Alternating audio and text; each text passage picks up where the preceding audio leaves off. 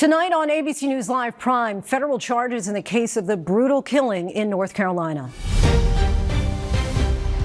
The Justice Department goes after the man accused of the deadly stabbing of a Ukrainian refugee in Charlotte, a charge carrying a maximum penalty of life in prison or even death. President Trump and his allies point to the attack as an example of Democratic-run cities that are failing to protect their residents as the ICE crackdown in Chicago gets underway, known as Operation Midway Blitz. I'm Pierre Thomas reporting from Chicago as Operation Midway Blitz gets underway, involving hundreds of agents.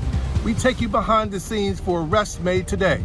President Trump calls the Epstein birthday letter a dead issue. The White House denies the signature on the letter is his, saying they're so sure that they'd even welcome a review by a handwriting expert. Our Mary Bruce is at the White House. Supreme Court Justice Sonia Sotomayor outspoken about the court's recent ruling upholding the Los Angeles immigration raids. She's here to talk about her new children's book, Just Shine, and about her concerns on the direction of the country and what keeps her up at night. Do you feel that our democracy is strong? It will be if people take the warnings that are being discussed and take action. And he's suing the billionaire media mogul Tyler Perry, alleging that Perry sexually harassed and assaulted him while working on Perry's show, claims Perry has denied. Now, in an exclusive TV interview, actor Derek Dixon is speaking out about his claims. Can you explain that first alleged incident? I got into bed and then I noticed that he climbed into bed with me as well and started rubbing my leg. And I jumped up out of bed. Unless someone's been through something where they have their control over their bodies taken away, you don't really understand the kind of feelings that you get in that moment. From ABC News World Headquarters in New York, this is Prime with Linsey Davis. Good evening, everyone. I'm Linsey Davis. Thanks so much for streaming with us. We begin with the fatal stabbing of a Ukrainian woman on a Charlotte commuter train. 23-year-old Irina Zarutska was murdered unprovoked just before 10 p.m. on August 22nd. She boarded the light rail train and sat down in front of the suspect, DeCarlos Brown Jr. 4.5 minutes later, he unfolded a knife and stabbed Zarutska 3 times. Now, the Justice Department has levied federal charges against Brown that could make him eligible for the death penalty if convicted. That's on top of state murder charges. His attorneys have asked the presiding judge to determine if Brown is mentally fit to stand trial. Federal prosecutors outline why they're pursuing the charge. It's a terroristic act to make people afraid to go about their daily lives. That's what terrorism is, and that's why this statute is completely appropriate here. And now the congressional delegation in North Carolina is calling for the removal of the judge who had released the suspect prior to the murder, even though he was a repeat offender. Stephanie Ramos joins us now live. And Stephanie, just give us a sense. We heard there that little clip, but why federal prosecutors are filing charges? They want to send a message to any criminals or anyone else out there that may want to harm anyone on a mass transportation system or anywhere else in the city of Charlotte or across the country, and let them know you won't just be tossed in jail. You could face the death penalty. The U.S. attorney explained at his news conference that they looked at bringing federal charges after seeing the impact that this had on the community and the fear it gave other potential transit riders in the city. That's when he said they found this statute, which was actually used previously under the Biden administration. So they wanted to send a message and elevate this particular case with as harsh a punishment as possible. Now, the broader implication is they clearly want this case in the news and a part of the larger national conversation surrounding crime and leadership in Democrat-run major cities. We heard that clear as day in the White House press briefing today and in Trump's Truth Social post, making this case explicitly about the Senate election in North Carolina. So overall, the government is using these federal charges as a possible deterrent. And what steps is the city now taking to address public safety, in particular on the public transit system? So we've heard from the mayor of Charlotte. She announced that more security personnel and police officers will be deployed on CATS trains. That's the train system there in Charlotte. They'll be deployed to those stations immediately, she says. And over the next several months, nearly 30 additional security personnel will be added across across the system. Obviously, this incident and the video that we've seen is startling for not just the city of Charlotte, but across the country. So the city there is trying to assure transit riders that something like this won't happen again, or at least they're trying to prevent it. Really, I think sent a chill across the country. All right, Stephanie Ramos, we thank you so much. Tonight, ABC News is going inside the ICE immigration crackdown now underway in Chicago. Homeland Security calls it Operation Midway Blitz as roughly 300 agents sweep through the city. Our Chief Justice correspondent Pierre Thomas is in Chicago. Today we're going after a very violent TDA gang member. Tonight, exclusive evidence that Chicago's Operation Midway Blitz has begun. ABC News was given access to one of the first operations, ATF and ICE working together. You see dozens of heavily armed agents meeting at an undisclosed location to track suspected members of Tren de Araga's gang, accused of selling guns. A lot of these firearms came back to very violent shootings in Chicago, homicides, carjackings, aggravated batteries. We suit up and head out with Marcos Charles of ICE's Enforcement Removal Unit. Agents conduct surveillance of a suspected gun trafficking location, and after about 90 minutes, ATF targets a vehicle that flees, arresting 2 men they believe are suspected gang members. Minutes later, we arrive at another location. There's been another arrest. Federal agents removing a baby girl from the home. ICE says the 3 men in handcuffs and shackles have been identified as undocumented and are being investigated for ties to the Tren de Araga gang and for potential gun trafficking. The officers in the operation have asked us to blur their faces because many of them work undercover. But some have criticized ICE officers for wearing masks during these operations. I asked them to respond to critics that say their identities should be known, that their faces should not be concealed. There's a lot of people out there that are doxing them and sending it out to organizations that truly have the capability of causing harm to our officers. While the focus today was arresting alleged violent criminals, Illinois' governor is warning that the operation is striking fear in the hearts of many law-abiding immigrants, even those who are U.S. citizens. They're afraid to go shopping. They're afraid to take their own children to school because they have mixed status households. Linsey, the ICE agents we spoke to today say their focus is on the so-called worst of the worst criminals. But Linsey, they also emphasize that if you're undocumented and at one of these scenes, they will detain you too. Linsey? Pierre, thank you. In his crime crackdown, President Trump has mobilized more than 20 different federal law enforcement agencies across American cities, including L.A., Washington, D.C., and now Chicago. That multi-agency effort is led by the U.S. Marshals Service, and its director is Gadi Serralta, who joins us now. Thank you so much for your time. It's been a month since President Trump declared a crime emergency in our nation's capital and deployed National Guard troops in Washington, D.C. Where do things stand now? Well, we're at day 30 today, and we're doing great. There's been 2,177 arrests, of which 222 guns, I believe. We're at 222 today as of last night. Those are guns being possessed by folks that should not have guns, that have criminal past for hurting other people, shooting, killing. So we're doing good. We're chugging along. Crime is down. I can tell you, as of last Friday, robberies were down 42%, carjackings were down 85%, and overall violent crime is down more than 25%. So I would say we've been successful here in D.C. Our residents here are coming out of the woodwork and thanking the officers for their presence, and they certainly appreciate our work here. You said this is day 30. How long do you think that the National Guard will stay in place there? Well, I don't command the National Guard, but I can tell you they're going to be in place as long as we need them. They are an excellent partner. They're one of 22 agencies that we're using in order to keep D.C. safe and beautiful.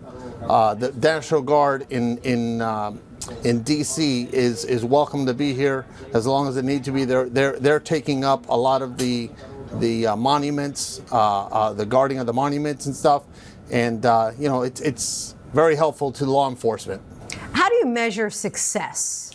So I measure success by the downward trend in crime. I measure success with children being able to come out and play on the streets. I measure success with our community coming out and taking walks again and going for jogs and being able to wear their jewelry out on the street and not be afraid that being out here is going to get them shot, killed, raped, or murdered. So that's success. Okay, so you've been in LA, you're now in DC, perhaps Chicago. How will you determine, okay, we're going to go to Baton Rouge, we're going to go to Dallas? That's what I mean. I think that the administration is looking at cities where there are high crime, where the community wants us to be there, where the government wants us to be there. They want our help. We want to be in these cities saving lives, saving American lives. I mean, 222 guns. How can you quantify how many lives we've saved with that? The primary aim of your agency is to be the enforcement arm of the federal courts. Does assisting law enforcement and patrolling the streets of American cities fall within that mission? Yes, it is, because we're here to save American lives. We're here to protect our country. Our core mission to protect the judges has not wavered. There isn't a single individual that is in the Judicial Security Division that has been utilized for the surge. So that hasn't changed at all. Our posture with judges will always be, judges are number one. That's our top priority. They will always be safe. With agencies like the IRS involved in the initiative, how are these personnel trained for law enforcement and crime reduction roles? So there's an investigative arm of the surge. It's not all boots on the ground out on the streets. There's an investigative arm, and every agency is helping us push that forward as we move our surge in different directions. Director Gadi Serralta, we thank you so much for your time. Thank you for having me, Lindsay. Appreciate you. Now overseas to Israel's unprecedented attack, reportedly targeting Hamas leaders in Qatar. Smoke could be seen rising over the capital city of Doha. Our chief foreign correspondent Ian Pannell joins us now from Israel. Tonight, the image is sending shockwaves throughout the Middle East. Israeli missiles slamming into the Hamas office in Qatar. The blast seen in videos circulating online, people fleeing for cover. Oh my God! Targeting the leadership of Hamas, responsible for negotiating an end to the conflict. A plume of smoke rising above the capital, Doha. Israel says the deadly strike was entirely justified. But tonight, Hamas saying the attack didn't kill a single leader, that it was a failure. Instead, killing 3 Hamas security guards, the son of one of the leaders, along with a worker and a Qatari guard.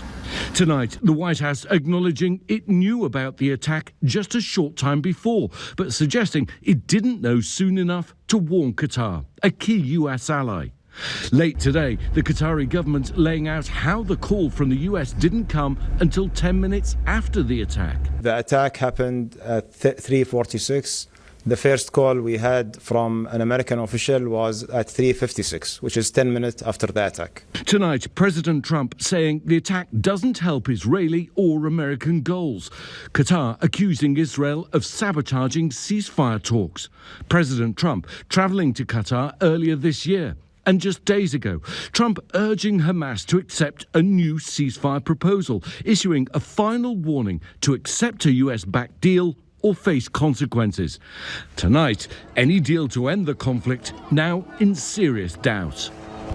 Ian Pannell joins us now from Jerusalem. And Ian, there are questions about what prior knowledge the White House had of the strike. What did they know?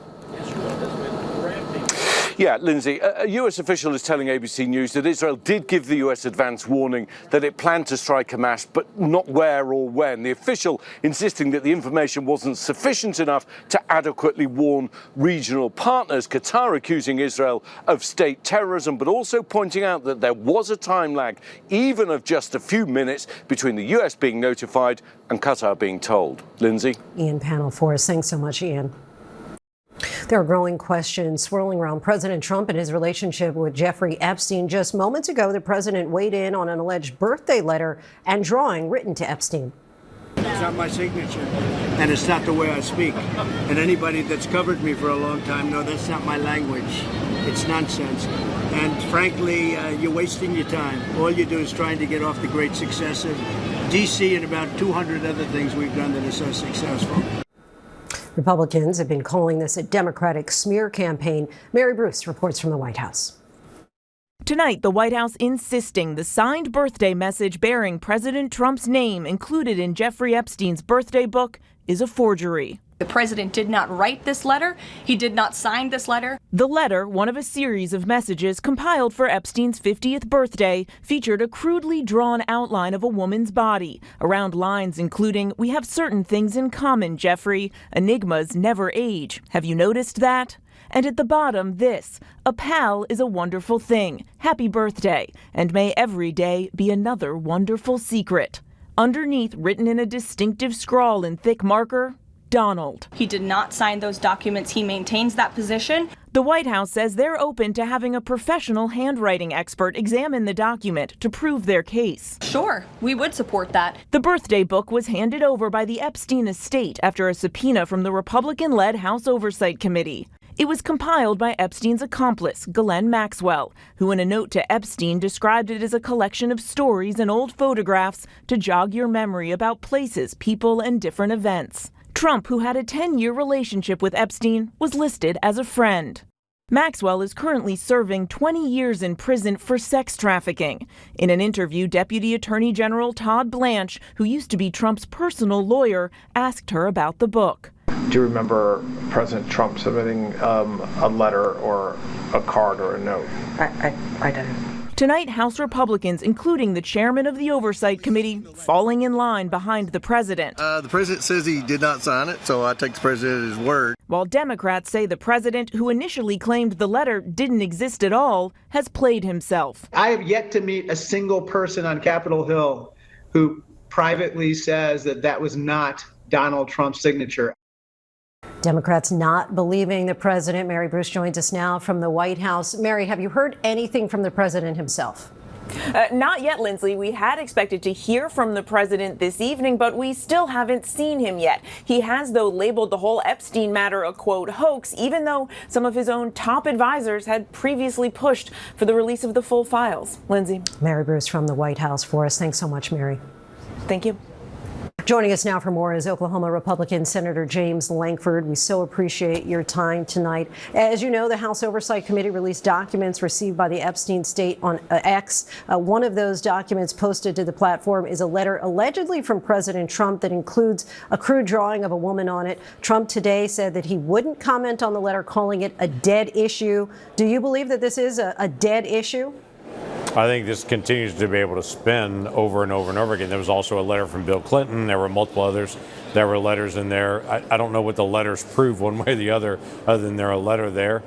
The real issue is there are lots of people that are victims that are in this process that we got to be able to find out how to be able to protect them, how to be able to get justice out there. We seem to be spinning over political things about which political person was around Jeffrey Epstein. It's well known President Trump kicked Jeffrey Epstein out of the Mar-a-Lago club. And so there's a history there. There's lots of photos there, but we didn't really learn anything else about this other than more drama. Last week, we spoke with 7 of Jeffrey Epstein's survivors after they came to Capitol Hill. They wanted to make sure the public understood the truth about what had happened to them, that it was not a hoax. Majority Leader Thune says there are no plans for the Senate to vote on legislation to release the files. Should the Senate take action on this? I think I was actually there when Senate Majority Leader Thune was actually answering that question. It was the House is taking something up. It's like we don't know what's going to pass, what's going to be amended, where it's coming from. If it comes over from the House, obviously the Senate's going to look at it. But he made the statement I have on this. Let's get full transparency out there. Let's release every document that we can. There's growing conspiracy theories everywhere about this.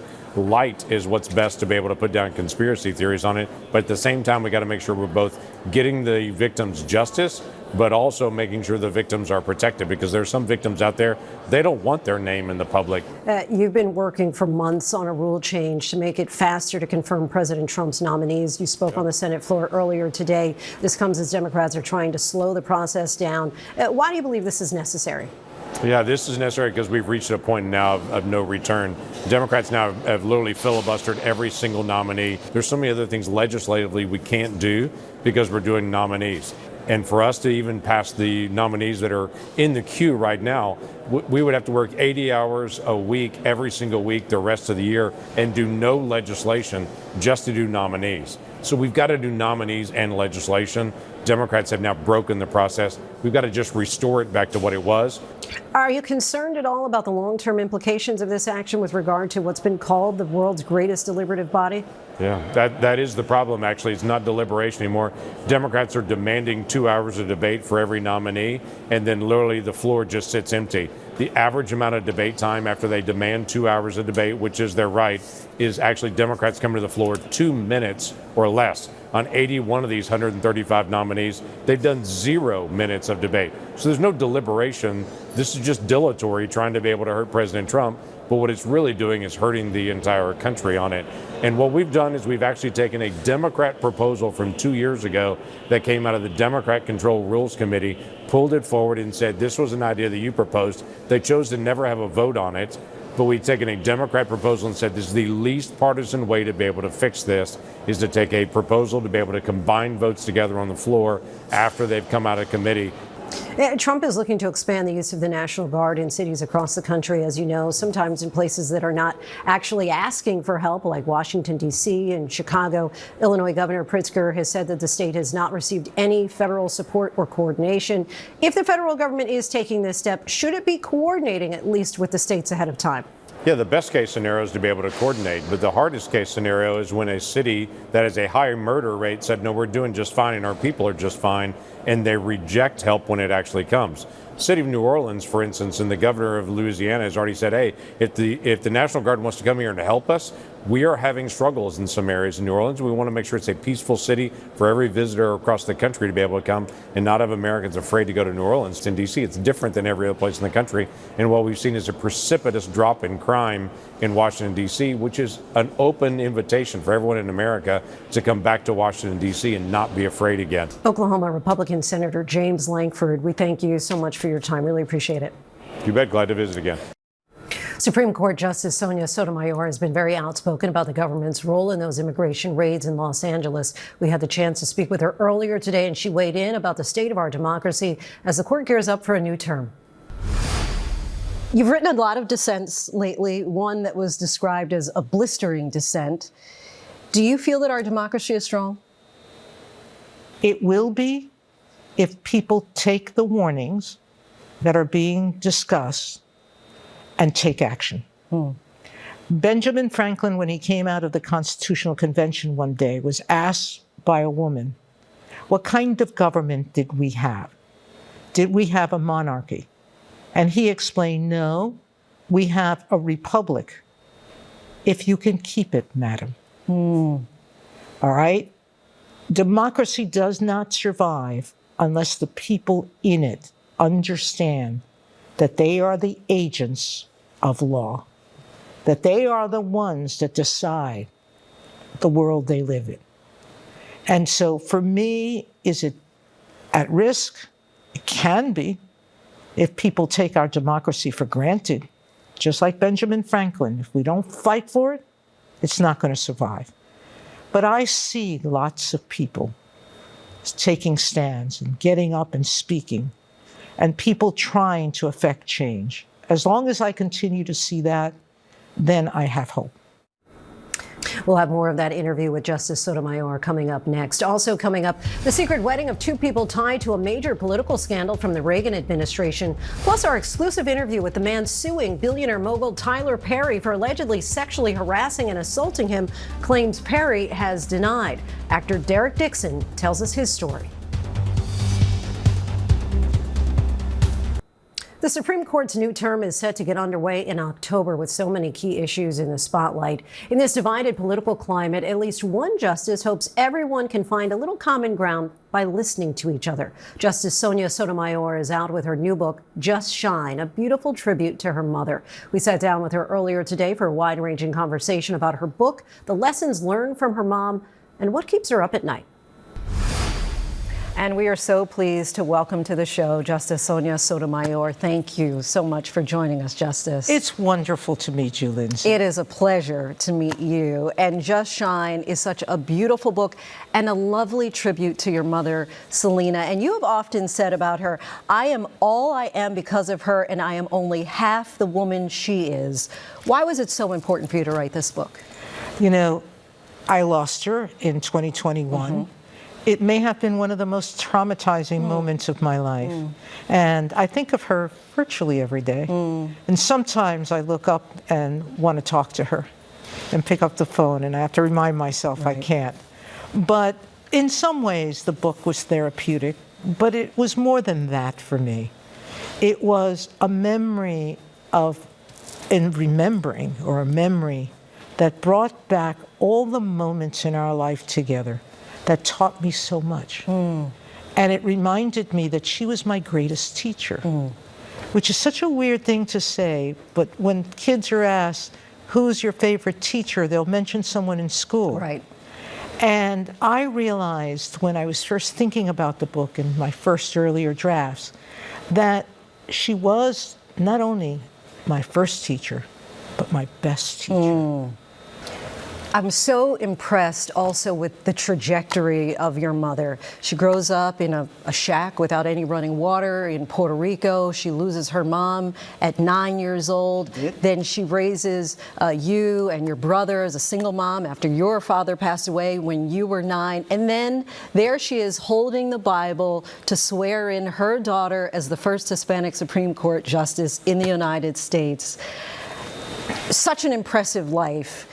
But how were you able to parse those lessons that she taught you to make them, as you and I were discussing, it's difficult sometimes to make this understandable for young kids when you're writing for children? Well, that's the difficulty of writing children's books. Almost every first draft I start of a children's book, every vignette, and there's usually 12 of them. There's a sort of standard in children's book. You're going to have 12 different pages or stories that you can explain things. And they're always 4 to 5 times longer than what the end becomes. Writing a children's book helps you condense down a thought to its simplest form. I have a friend being nasty in my mother's life, and I actually saw her doing this with people throughout my life. People who weren't kind to her, who ignored her or had spoken badly about her. My mother would reciprocate that with kindness. And she would always then pause and say, "What's wrong with you?" And those simple things are not hard to follow, but I don't think that we pause to think about them. Parents don't pause often to realize kids are watching them. That's right. All right. Much more is, what do they say, caught than taught. Exactly. It's a great way to phrase it. But if a parent pauses and recognizes that kids are watching everything you do, and the first cuss word that comes out of a child's mouth, often the example is a parent. You're right. And they're shocked. But kids are watching and emulating. Right. It's also very clear, seemingly intentionally inclusive with regard to the illustrator. The illustrations, by the way, are beautiful, but we see such a wide swath of diversity in this country. This is going to sound like an obvious answer, but why was that important to you? And not only through the diversity of the pictures, but also to do this book, as you have with all of your books, in Spanish as well. So I grew up in a diverse world. More diverse than the world is becoming now. And it was so valuable to me. I believe that I get along with everybody. I think it's been reported that I get along with colleagues with whom I disagree quite often. There's no secret to it, but there is an art to it. It's an art that was taught to me by my mother, which is, if you meet someone that is different than you, try to find your commonalities with them. Try to remember that all of us as human beings share similar emotions. We all love family. We all help people we care about. We all have love of traditions, of things that are important to us. So find their commonalities, and once you do that, it's easier to forget the differences. Do you think that message, and the overall message of the book about being kind and hearing people, is especially poignant now? Particularly. It was one of the reasons for the book, because we're emphasizing our differences so much, we are forgetting those similarities. I've spoken at September 11th memorials often, and the common theme that runs through was my watching TV and listening to a woman who lived in the Midwest hearing on TV a victim's family talking about the loss to her family. And the victim was black, living in New York, and the woman in the Midwest was not. And she looked and said to the reporter, you know, there are people just like me. And for a moment, as Americans during September 11th, we stopped thinking about race and language and our differences. We all came together as Americans, but more importantly, as human beings suffering a common tragedy.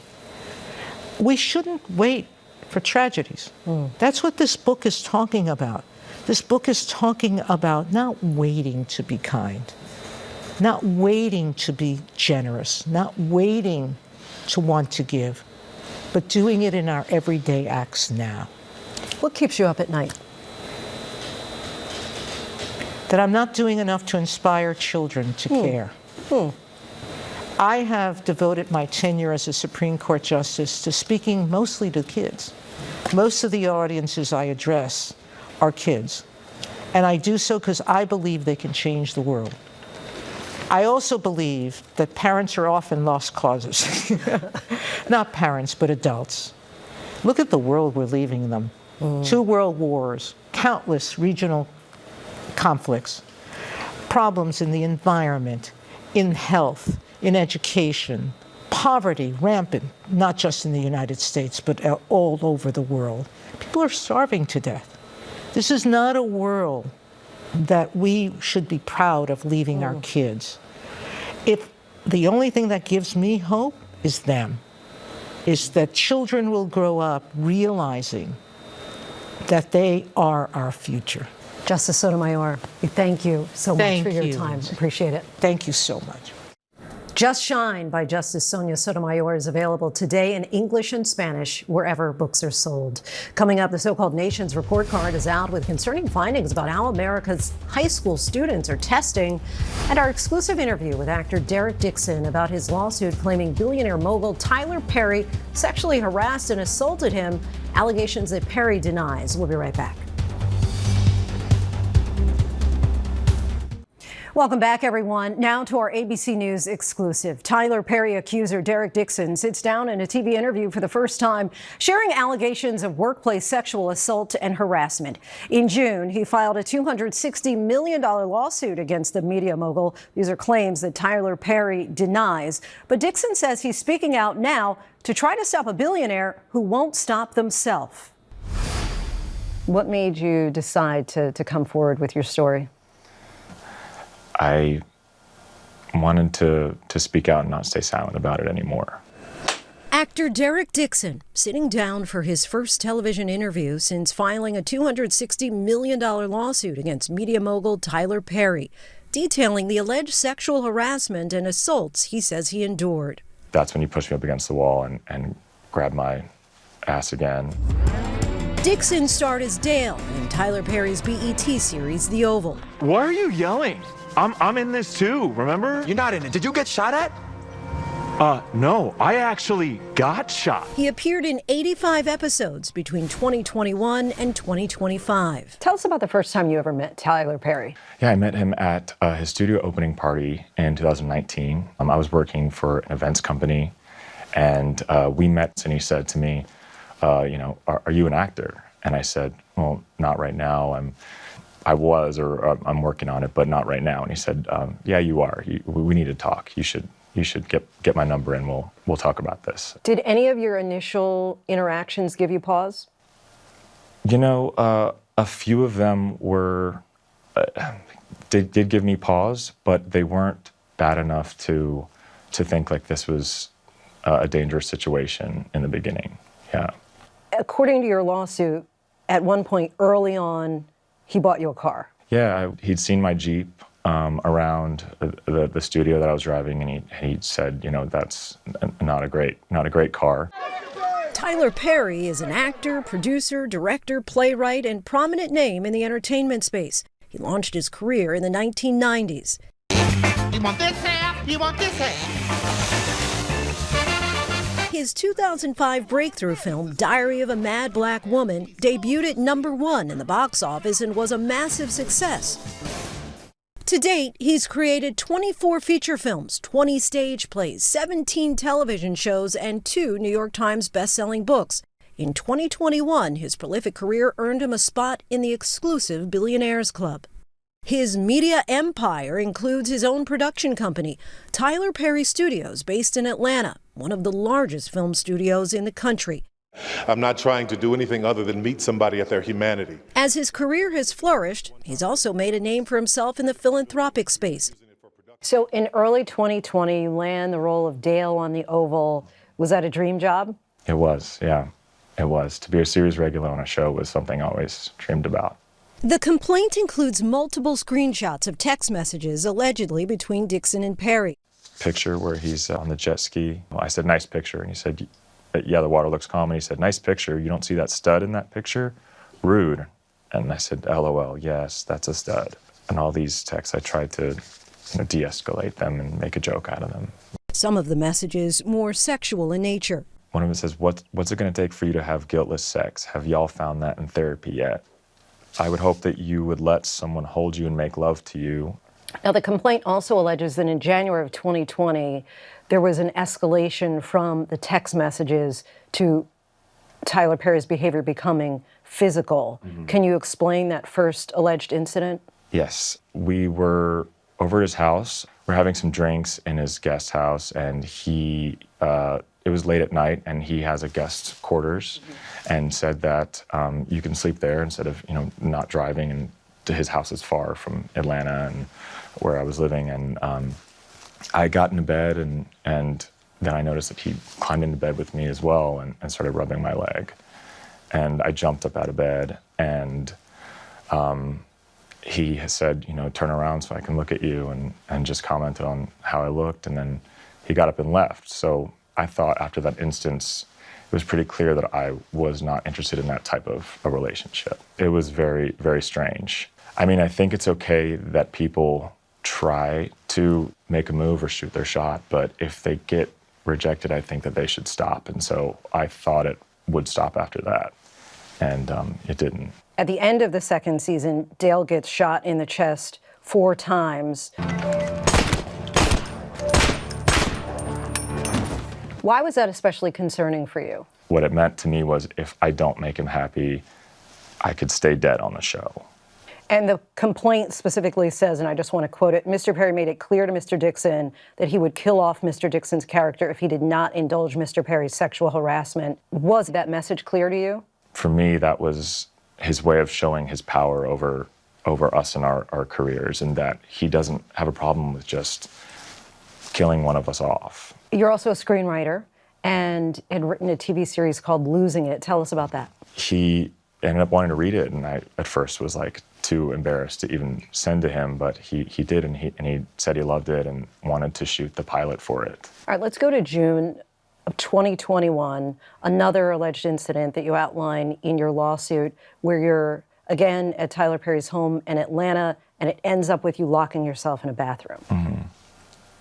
We started out having drinks in the living room like we, have done before, and it got to a point in the night where, we were both kind of feeling drunk, and I remember we were walking back to the guest area where I've stayed before, and there was this health monitor scale on the way. And I was like, what is that? And he said, well, you have to be in your underwear to measure, whatever, so you should do it. He reached down and pulled my underwear down and grabbed my ass, and I, tried to stop him and pull back my underwear up, and he kind of grabbed my arms and said, no, it's okay, just go with it. And I said, stop, I don't want to be naked, I don't want this. And he was just like, no, I'm not gonna hurt you, and just continued. And in that moment, unless someone's been through something where they have their control over their bodies taken away, you don't really understand the kind of feelings that you get in that moment. It was it was almost like every thought came through my head: to run, to fight, to freeze. I didn't know what to do. He says he de-escalated and distracted Perry and eventually locked himself alone in the guest house bathroom. The day after that, he called several times, and I ended up getting afraid of what was going on the other side. So I picked up, and that's when he said, you know, he was sorry for what happened. He doesn't know why he did that, and that maybe he was self-sabotaging or something. And in the same call, he said, and don't worry, we're going to do your show. In the lawsuit, you describe this as a calculated pursuit of you by Tyler Perry. There are also several times where he says to you, you have to make your no stronger. Mm-hmm. How did you respond to this, as it's described, calculated pursuit of you by Tyler Perry? To me, that's just so insulting. And I reiterated, you know I said stop, you know I said it. I don't think that people ever get past something like that happening to them. Dixon tells us he last spoke to Perry in the spring of 2024 and left the show in September of that year. What ultimately became of your pilot losing it? Yeah, it hasn't gone anywhere. He still owns the rights to it, so I can't now go and sell it. Then in January, the actor filed a complaint with the EEOC, the federal agency responsible for protecting workers from discrimination. In your response to your EEOC complaint, Tyler's representatives said, among other things, Mr. Dixon's initial letter to TPS, Tyler Perry Studios, about its matter demanded $42.5 million to buy his silence. They described your actions as extortion. Mm-hmm. Were you looking for money to buy your silence? No, I think I was looking for accountability on to what he did. I think what he did was wrong, and it needed to be something that would deter him from doing this to somebody else, another actor, or in the future.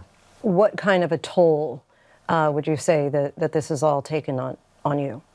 I was extremely anxious. The calls got to a point where the calls and texts were almost every day. Just this constant state of, like, if I don't answer, I will lose my job. I'll be fired or killed off the show. I mean, it took a huge toll on my anxiety and depression. You're asking in your lawsuit for damages totaling $260 million. How did you arrive at that number? Part of that number is my lost job, my lost income, the loss of the show. The other part of that is a deterrent for, you know, how do you stop a billionaire who won't stop themselves from doing this? How difficult has it been to tell your truth? It's been hard. It's been hard. It's a vulnerable thing to talk about, I think, for anybody. There's a lot of shame, I think, around it. And just trying to think what you could have done better and having to deal with the judgment of what, you know, everyone might think of how you could have handled it better without being in that situation. Perry has not yet responded in court filings. In a statement to ABC News, his lawyer called Dixon a, quote, individual who got close to Tyler Perry for what now appears to be nothing more than setting up a scam, and that Tyler will not be shaken down, and we are confident these fabricated claims of harassment will fail. If you were to talk to Tyler Perry right now, what would you say? I would say, I hope that you take accountability for what happened, and I hope that this has taught you not to treat your employees this way and to never use someone's dream to coerce them into a relationship that's not professional. What would justice look like for you? Justice would look like thinking that I've made a change and that something like this won't happen to another actor that works for him or another actor in the industry. That would be justice for me. Our thanks to Derek Dixon for the conversation. Coming up, a popular American automaker recalls 1.5 million cars, the urgent consumer alert you need to know about. And today, Apple announces brand new iPhones, including the thinnest one ever. Will tariffs impact the prices of these brand new models? What the company is saying.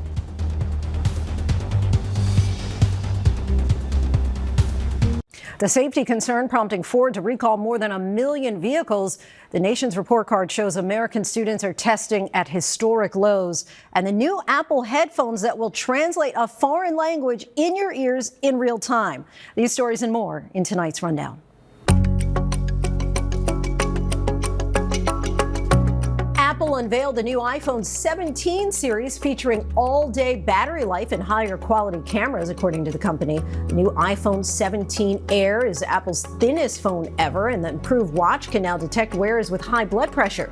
The redesigned AirPod Pros boast real-time in-ear translation powered by artificial intelligence. There's a new Girl Scout cookie flavor joining the troops for the 2026 cookie season. The Girl Scouts of the USA announced that Explore Mores are joining the cookie lineup. They're a Rocky Road ice cream-inspired sandwich cookie filled with the flavors of chocolate, marshmallow, and toasted almond ice cream. Ford is recalling almost 1.5 million vehicles for fault in the rearview backup camera. The company says the camera could show a distorted or blank image on the car's center display screen while it's in reverse. The recall affects a variety of Ford and Lincoln models manufactured between 2015 and 2019. Ford is aware of 18 accidents related to the faulty camera, but no related injuries. Owners will be notified by mail if their car is affected. Two figures in a Reagan-era scandal that rocked American politics have found love with each other. Oliver North and his former secretary Fawn Hall recently tied the knot in Virginia, according to marriage documents. North was a staffer with the National Security Council during the 1980s when he was implicated in an international scandal to sell weapons to Iran. Hall was North's secretary at the time and told investigators she helped him shred evidence related to the secret operation. North was convicted of 3 felony charges, but they were overturned on appeal. High school students, especially 12th graders, are scoring at historic lows in reading, math, and science, according to a new report from the National Assessment of Education Progress. It was the first assessment for many subject areas since the pandemic disrupted education nationwide. The so-called Nation's Report Card showed that in math, 45% of high school seniors scored below the basic level, and 32% of seniors had a below basic reading proficiency, meaning they could not find details in a text to help them understand its meaning. For generations, a Texas family tree has been filled exclusively with sons. But that century-long streak came to an end with news that a daughter is on the way. Michael Sherman and his wife, Jakia, say there hasn't been a girl born into their family in 108 years. Their baby girl is due in March. And that is our show for this hour. I'm Linsey Davis. Be sure to stay tuned to ABC News Live for more context and analysis of the day's top stories. Thanks so much for streaming with us.